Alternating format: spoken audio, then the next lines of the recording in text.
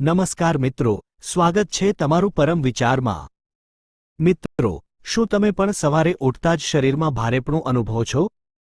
શું બેડમાંથી ઉઠતા એવું લાગે છે કે આખું શરીર જકડાઈ ગયું છે? ઘૂંટણમાં દુખાવો, કમરમાં દુખાવો, ખભામાં તાણ, હાથ પગમાં બળતરા અથવા સાંધામાં સોજા જેવી સમસ્યા તમને રોજ પરેશાન કરે છે? ઘણા લોકો આ સમસ્યાને સામાન્ય માનીને અવગણતા રહે છે, પરંતુ સમય જતાં આ સમસ્યા વધુ મોટી બની શકે છે। ઘણા લોકો દવાઓ લે છે, તેલ મસાજ કરે છે, ઘરેલું ઉપાય અજમાવે છે, છતાં ખાસ ફરક દેખાતો નથી।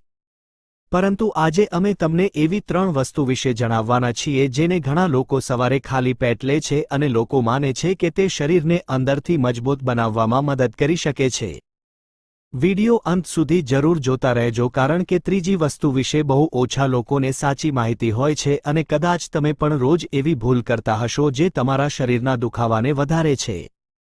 1. હળવું ગરમ પાણી। સૌથી પહેલી વસ્તુ છે હળવું ગરમ પાણી।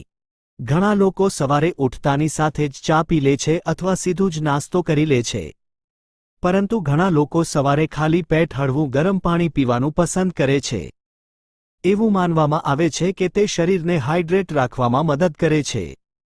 રાત્રે ઘણા કલાકો સુધી પાણી ન પીવાના કારણે શરીરમાં પાણીની ઉણપ થઈ શકે છે। સવારે એક ગ્લાસ હળવું ગરમ પાણી પીવાથી ઘણા લોકોને ફ્રેશ લાગતું હોય છે।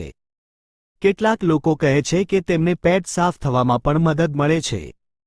જો પાચન સારું હોય તો શરીર પણ સારું લાગે છે, પરંતુ ધ્યાન રાખો કે વધારે ગરમ પાણી પીવું યોગ્ય નથી। હંમેશા સામાન્ય હળવું ગરમ પાણી જ લો। 2. પલાળેલી મેથી। બીજી વસ્તુ છે પલાળેલી મેથી। મેથીનો ઉપયોગ આપણા ઘરમાં વર્ષોથી થતો આવ્યો છે। ઘણા વડીલો આ ઉપાયને ખૂબ માનતા હોય છે। રાત્રે 1 ચમચી મેથીના દાણા પાણીમાં પલાળી દો અને સવારે તેને ચાવીને ખાઓ। ઘણા લોકો માને છે કે મેથી શરીર માટે લાભદાયક હોઈ શકે છે। કેટલાક લોકો તેને સાંધાના દુખાવા માટે ઉપયોગમાં લે છે તો કેટલાક લોકો પાચન માટે લે છે। મેથીમાં ઘણા પોષક તત્વો હોય છે, પરંતુ વધારે માત્રામાં તેનો ઉપયોગ કરવો યોગ્ય નથી। જો તમે કોઈ દવા લેતા હોવ અથવા તમને ડાયાબિટીસ જેવી સમસ્યા હોય તો પહેલા ડોક્ટરની સલાહ લેવી જરૂરી છે। 3. પલાળેલા બદામ। હવે વાત કરીએ ત્રીજી વસ્તુની જે સૌથી વધારે લોકો અવગણે છે પરંતુ ઘણા લોકો તેને ખૂબ ઉપયોગી માને છે। તે છે પલાળેલા બદામ। રાત્રે 4 થી 5 બદામ પાણીમાં પલાળી દો અને સવારે તેની છાલ કાઢીને ખાઓ। બદામમાં વિટામિન E, હેલ્ધી ફેટ્સ અને ઘણા પોષક તત્વો હોય છે।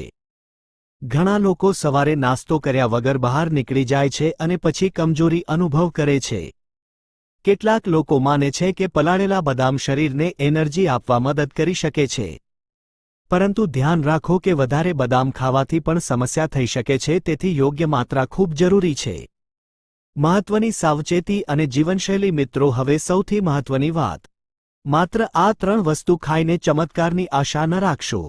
ઘણા લોકો વિચારે છે કે સવારે એક વસ્તુ ખાઈ લેશું અને આખા શરીરના બધા દુખાવા ગાયબ થઈ જશે, પરંતુ હકીકત એવી નથી। જો તમે આખો દિવસ જંક ફૂડ ખાશો, ઠંડા પીણા વધુ પીશો, કસરત નહીં કરો, પાણી ઓછું પીશો અને પૂરતી ઊંઘ નહીં લો તો શરીરની સમસ્યાઓ વધતી જશે। ઘણી વખત શરીરના દુખાવાનું કારણ વિટામિન Dની ઉણપ હોઈ શકે છે, કેલ્શિયમની કમી હોઈ શકે છે, બ્લડ સર્ક્યુલેશનની સમસ્યા હોઈ શકે છે અથવા ક્યારેક ગંભીર બીમારીનું લક્ષણ પણ હોઈ શકે છે।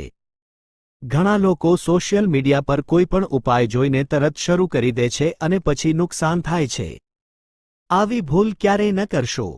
ખાસ નોંધ, જો તમને લાંબા સમયથી ઘૂંટણમાં દુખાવો રહેતો હોય, કમરમાં ભારે દુખાવો હોય, ચાલવામાં તકલીફ થતી હોય અથવા શરીરમાં સતત કમજોરી લાગે તો ડોક્ટરની સલાહ જરૂર લો।